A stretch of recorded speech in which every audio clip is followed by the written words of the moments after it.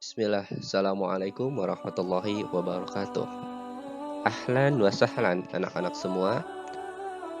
Selamat datang di pembelajaran kita mata pelajaran Pendidikan Agama Islam dan Budi Pekerti, khususnya di kelas 9 bersama Bapak Ridwan Maulana. Kita akan lanjutkan pembelajaran kita ke bab 5 sekaligus bab terakhir di semester 1 ini, yaitu tentang kehadiran Islam mendamaikan bumi Nusantara. Bab ini anak-anak akan memahami sejarah perkembangan Islam di Nusantara, juga bisa menyajikan rangkaian sejarah perkembangan Islam di Nusantara. Ada 3 subbab yang akan kita nanti pelajari, yaitu alur perjalanan dakwah di Nusantara, cara-cara dakwah di Nusantara, juga tentang kerajaan-kerajaan Islam yang ada di Nusantara.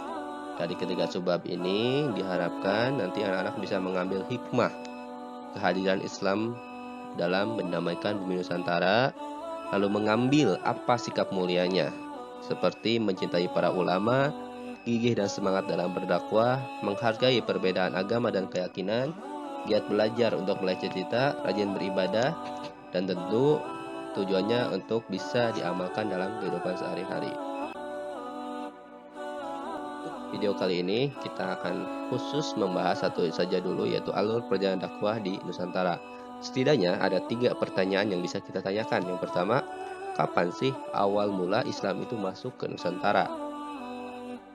Yang kedua, siapakah yang membawa Islam ke Nusantara?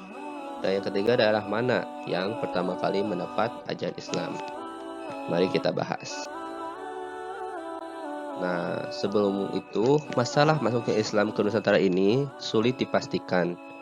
Karena kita pahami dulu bahwa Nusantara itu memiliki wilayah geografis yang sangat luas. Lebih dari 27.000 pulau yang ada di sana. Dan luasnya itu lebih dari 5 juta kilometer, sangat luas. Pada zaman itu juga Nusantara terletak di jalur persimpangan jalan Laut Niaga, Arab, India, dan Cina. Jadi para pedagang, terutama dari tiga bangsa itu melewati Indonesia dalam perdagangan internasional, sehingga sulit memastikan wilayah mana yang pertama mendapat ajaran Islam. Nah, oleh karena itu terdapat beberapa teori tentang masuknya agama Islam ke Nusantara.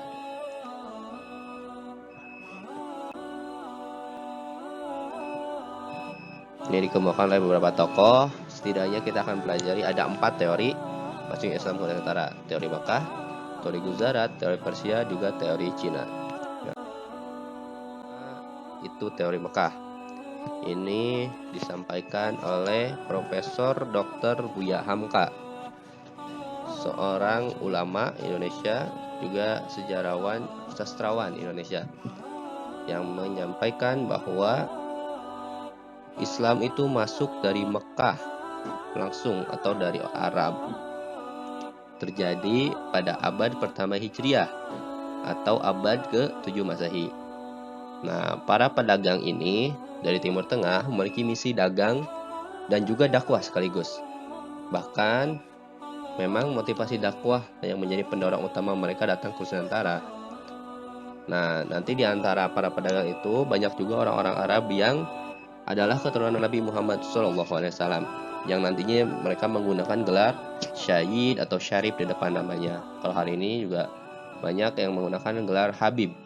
Itu adalah punya keturunan dari Nabi Muhammad SAW. Nah, karena menurut para ahli sejarah juga, jalur perdagangan antara Indonesia dan Arab ini memang telah berlangsung jauh sebelum Masehi. Nah, Profesor Dr. Buya Hamka itu dalam seminar masuknya Islam ke Indonesia di Medan pada tahun 1963, itu beliau lebih mengutamakan data. Datanya dari mana? Dari berita Cina di dinasti Tang. Nah, di sana dituturkan bahwa ditemui ada daerah hunian pedagang Arab Islam di pantai barat Sumatera pada abad ke-7 Masehi. Maka dapat disimpulkan bahwa Islam itu masuk dari daerah asalnya yaitu Arab, dibawa oleh para pedagang. Adapun adanya nanti misalkan teori lain adanya kesultanan di abad ke-13 itu bukan awal masuk agama Islam, melainkan sudah perkembangan agama Islam. Karena awal masuknya tidak mungkin langsung mendirikan sebuah kerajaan. Itu teori Mekah. Teori yang kedua yaitu teori Gujarat. Nah, kita perlu tahu dulu Gujarat itu adalah sebuah wilayah di India bagian barat, ya, berdekatan dengan Laut Arab. Jadi India yang paling dekat dengan Arab. Nah, teori Gujarat ini disampaikan oleh Profesor Dr. Snoek Horhonch. Ini adalah sejarawan orientalis dari Belanda yang mengatakan bahwa proses kedatangan Islam ke Indonesia itu berasal dari Gujarat dan terjadinya pada abad ke-7 Hijriah atau abad ke-13 Masehi. Nah, buktinya katanya itu dari dilihatnya batu nisan Raja Malik As-Soleh yang berangkakan tahun 1297 atau abad ke-13 ya, yang mempunyai ciri itu seperti batu nisan yang berasal dari Gujarat, jadi mirip batu nisannya. Nah, menurut teori ini juga orang-orang Arab yang bermazhab Syafi'i itu telah bermukim di Gujarat dan Malabar itu sejak awal Hijriah, abad pertama Hijriah atau 7 Masehi. Namun nanti yang menyebarkannya ke Indonesia itu bukan orang Arab itu, tapi adalah orang-orang atau pedagang-pedagang Gujarat yang telah meluk Islam dan pergi berdagang ke Nusantara. Karena menurutnya orang Gujarat itu lebih awal membuka hubungan dagang dengan Indonesia dibanding dengan pedagang Arab. Nah, menurut Profesor Dr. Snoek Horhonch ini juga Islam itu tidak mungkin masuk ke Nusantara langsung dari Arab tanpa melalui ajaran tasawuf yang berkembang di India. Karena di Indonesia pun berkembang pesat ajaran tasawuf. Nah, daerah India itu adalah Gujarat dan masuknya pertama kali itu pada abad ke-13 di Kerajaan Samudra Pasai. Nah, namun Profesor Dr. Snoek Horhonch ini tidak menjelaskan antara awal mula masuk dan berkembangnya Islam. Seperti tadi ya yang disampaikan oleh Profesor Buya Hamka. Apakah mungkin Islam begitu masuk ke Samudra Pasai itu langsung mendirikan kekuasaan politik atau kesultanan? Nah, dalam teori ini tidak dijelaskan antara kapan awal mulanya masuk dengan berdirinya kerajaan Samudra Pasai. Yang ketiga, teori Persia. Nah, Persia ini daerah, kalau sekarang itu negara Iran dan sekitarnya. Mengatakan bahwa proses kedatangan Islam ke Indonesia itu berasal dari daerah Persia atau Parsi pada abad ke-11 Hijriah. Buktinya atau datanya ini didasarkan pada batu nisan Fatimah binti Maimun yang ada di daerah Leran Gresik yang bertuliskan tahun 1082 abad ke-11 ya. Nah, selain itu juga bukti lainnya adanya kesamaan budaya dan tradisi yang berkembang antara masyarakat Persia dan Indonesia. Seperti misalnya tradisi merayakan 10 Muharram atau Asyura sebagai hari suci kaum Syiah atas kematian Husain bin Ali atau cucu Nabi Muhammad SAW. Di Indonesia juga ada berkembang dalam misalnya tradisi tabut di Pariaman di Sumatera Barat. Selain itu, ada juga kesamaan pada sistem mengeja membaca huruf Al-Quran, terutama di daerah Jawa Barat. Kalau orang-orang Arab kan bilang harokat itu ada fathah, kasroh, domah. Nah, kalau Persia itu bilangnya ada jabar, JRPS, mirip dengan juga yang berkembang di daerah Jawa Barat menggunakan sistem jabar JRPS. Itu bukti-buktinya.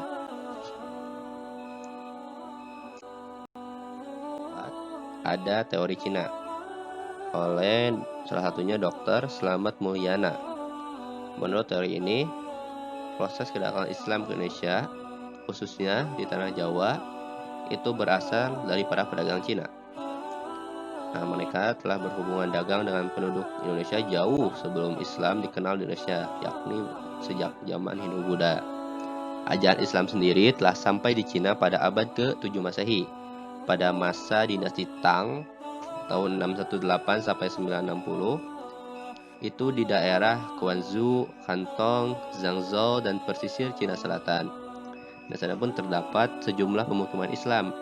Dan sekitar tahun 879 Masehi, terjadi perpindahan orang-orang Islam dari Kanton itu ke Asia Tenggara, atau dari Kedah ke Palembang. Nah, selain itu, sebagai pembuktian teori Cina ini, itu juga bertolak dari sebuah kronik Kelenteng Sampokong yang menuturkan bahwa Raja Islam pertama di Jawa, yakni Raden Patah dari Bintaro Demak, merupakan keturunan Cina. Ibunya juga disebutkan berasal dari Kampa atau Cina bagian selatan, sekarang termasuk Vietnam. Nah, bukti lainnya juga adalah adanya masjid-masjid tua yang bisa kita lihat banyak di Indonesia, terutama di Pulau Jawa, itu memiliki nilai arsitektur Cina atau Tiongkok. Juga ada bukti bahwa pelabuhan-pelabuhan penting seperti di Gresik, misalnya menurut catatan Cina, itu diduduki pertama kali oleh para pelaut dan pedagang Cina. Itu sebenarnya. Anak-anak, apa yang bisa kita simpulkan dari teori-teori di atas? Kesimpulan tentang alur perjalanan dakwah di Nusantara, itu Islam masuk ke Indonesia dengan cara yang damai melalui perdagangan. Kalau kita juga lihat sejarah-sejarah bangsa lain, misalkan Islam masuk ke Persia, ke Afrika, itu juga ada yang masuk lewat penaklukan. Tapi ke Indonesia itu dengan jalan perdagangan, dengan cara yang damai. Jadi kesimpulannya, yang pertama, siapa yang membawa Islam ke Indonesia adalah para pedagang mayoritas. Walaupun pedagang itu juga ada yang merangkap sekaligus ya sebagai seorang ulama, seorang guru, atau seorang ahli tasawuf, sufi, dan sebagainya. Lalu kapan waktunya? Waktunya, kalau dari sumber sejarah yang ada itu menguatkan pada teori Mekah, yang mengatakan bahwa agama Islam sudah masuk ke Indonesia pada abad ke-1 Hijriah atau 7 Masehi. Adapun setelah itu terus berkembang dan keberadaannya menjadi jelas pada abad ke-13 yang ditandai dengan berdirinya Kerajaan Samudra Pasai di Aceh sebagai kerajaan Islam yang pertama. Jadi perlu dibedakan kapan awal mula masuk dan kapan masa perkembangannya. Jadi tidak begitu masuk langsung buat kerajaan. Masuk di abad ke-7, menyebar, meluas, terus hingga nanti di abad ke-13 itu sudah berkembang, sudah punya kerajaan. Nantinya ada sistem pendidikan dan sebagainya. Lalu yang ketiga, daerah mana yang pertama kali mendapat ajaran Islam? Nah, kita bisa lihat di peta, ini jalur perdagangan antara Arab, India, Indonesia, Cina, juga ada Persia. Kita lihat, misalkan orang-orang Mekah itu ya berdagang melewati laut, menuju Persia, menuju India, ke Indonesia. Juga terus bisa sampai ke Cina. Ataupun sebaliknya, orang Cina untuk ke India, ke Persia, ke Arab itu ya melewati Indonesia dulu. Jadi Indonesia, terutama ini Indonesia bagian barat, itu termasuk pertemuan antara 3 atau 4 bangsa tadi. Sehingga yang paling dimungkinkan, yang pertama kali mendapatkan ajaran Islam ya daerah barat ini, daerah Sumatera. Tuh. Baru nanti menyebar ke daerah tengah, daerah timur Indonesia. Itu 3 kesimpulannya. Namun, dengan berbagai bukti sejarah dikemukakan, artinya proses masuknya Islam ke Indonesia itu secara bertahap, juga melalui banyak cara. Dan dari beberapa sumber, bukan hanya dari Arab semata tadi ya, tapi juga ada dari Gujarat, Persia, dan Cina, didukung dengan bukti-bukti yang sudah disampaikan tadi. Nah, adapun semua teori di atas tentu masing-masing memiliki kelemahan dan kelebihan tersendiri. Tapi ya semua teori di atas itu semakin memperkaya khazanah keilmuan tentang sejarah Islam di Nusantara.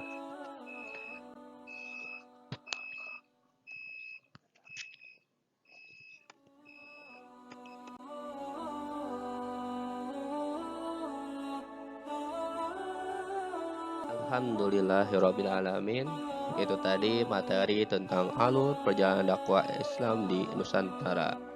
Semoga anak-anak bisa memahaminya, juga semoga bermanfaat. Ada pertanyaan, silakan komen di bawah. Terima kasih. Wassalamualaikum warahmatullahi wabarakatuh.